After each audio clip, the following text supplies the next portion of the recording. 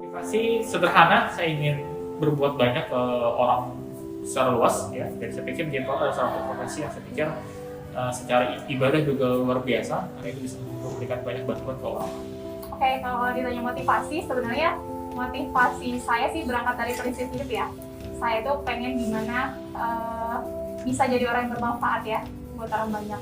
Kemudian hal ini diperkuat dengan waktu dulu sebelum masuk kuliah itu ayah saya sakit. Jadi saya tuh ngelihat gimana ayah saya dirawat dengan baik. Saya jadi tergerak gitu. Kenapa ya saya tidak bekerja seperti ini juga gitu.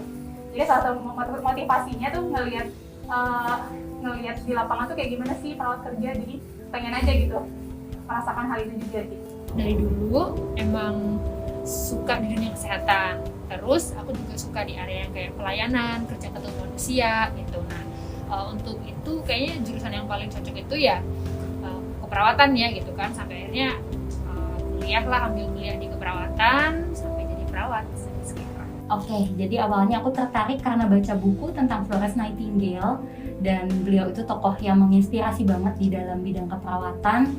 Selanjutnya makin pengen tahu, makin cari, dan makin menarik, akhirnya milih profesi ini.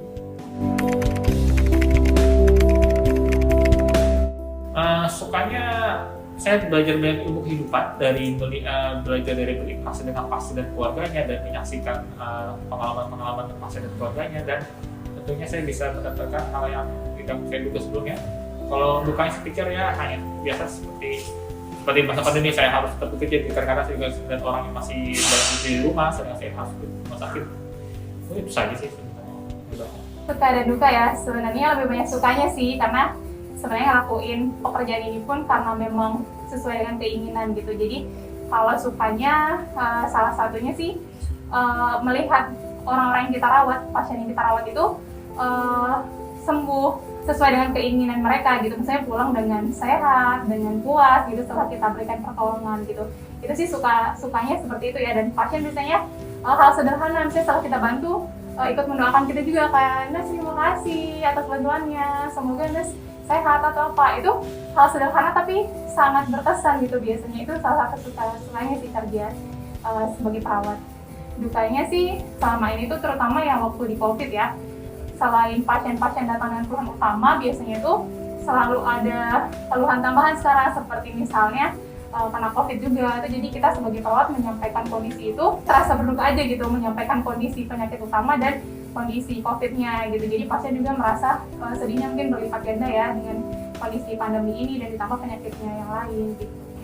Kalau sukanya sendiri, terutama pas pasien kita itu sembuh. Jadi rasanya itu ada kepuasan tersendiri gitu ketika kita merawat pasien dari yang dia nggak bisa apa-apa sampai bisa pulang ke rumah gitu. Nah itu perasaan sukanya ada banget gitu kan. Kemudian kalau dukanya ya kebalikannya ya, kalau pasien kitanya misalnya maaf nih pulangnya meninggal gitu kan, atau malah kondisinya semakin buruk, nah itu bikin kita juga jadi sedih gitu. Itu sih yang paling berasa.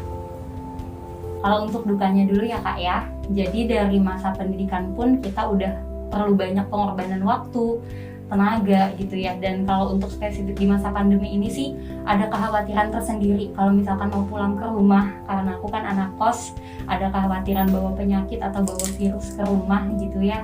Jadi itu mungkin beban moral tersendiri gitu.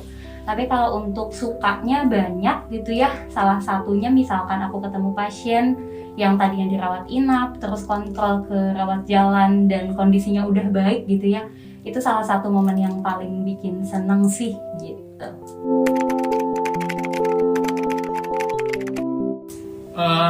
Saya pikir yang paling berkesan ketika kita mendapatkan pasien yang kondisinya perburukan ya, dan ternyata fasilitas kita tidak mencukupi karena itu pasien sudah banyak sekali, dan kemudian rawat inap pasien hanya mereka sebenarnya butuh ASI tapi rawat inap, sehingga mau tidak mau kita harus mendampingi keluarga untuk bisa sampai melepas dan menyaksikan bareng-bareng bagaimana proses dia dan sekarang sampai dia meninggal. Saya pikir peran-peran sangat baik sekali untuk bisa mendampingi seorang anggota keluarga dan pasien. Kalau untuk pengalamannya sih terutama saya saat ini kan memang bekerja di IGD ya. Dari pertama COVID itu terutama yang gelombang pertama itu di bulan Maret tuh merasa sangat sebenarnya nggak bisa diceritakan sih dengan kata-kata bagaimana kita melihat pasien yang sebenarnya pengen kita bantu, tapi kita tidak bisa melakukan banyak hal gitu ya. Pasien-pasien berdatangan meminta bantuan, pertolongan, tapi ya udah kita memang cuma bisa melakukan hal yang kita bisa aja. Di situ sih merasa sampai detik ini pun masih rasanya berkesan banget Mbak, kayak tidak bisa diungkapkan dengan kata-kata gitu. Gimana merawat pasien COVID sampai dari gelombang 1, gelombang 2 sampai turun lagi sampai naik lagi tuh masing-masing tuh berkesan banget sih. Pas lagi pandemi kemarin, wah itu luar biasa banget ya. Karena kita dituntut untuk menerima pasien dalam jumlah yang banyak gitu kan, di sekali waktu itu. Terus habis itu juga kita beradaptasi nih harus pakai APD gitu kan, yang itu tuh nggak mudah untuk pertama-tama tentunya gitu kan. Terus habis itu juga pasiennya banyak banget yang kondisi banget buruk kayak gitu. Jadi datang terus berburukan. Nah itu banyak banget melihat kematian, itu yang bikin apa ya, sedih lah intinya. Seperti itu sih. Sejujurnya pandemi ini kan baru ya untuk semua orang gitu. Jadi buat aku pribadi ini pengalaman baru juga sih merawat pasien dengan pakai hazmat gitu kan. Berjuang banyak jam gitu di sana. Terus habis itu pas masa pandemi ini juga pas lagi peningkatan kasus itu challenging buat kita sebagai perawat, karena banyak juga teman-teman yang perlu isoman gitu ya, tapi di sisi lain kita juga harus memberikan pelayanan yang maksimal gitu. Jadi itu suatu pelajaran berharga banget sih untuk tetap berjuang.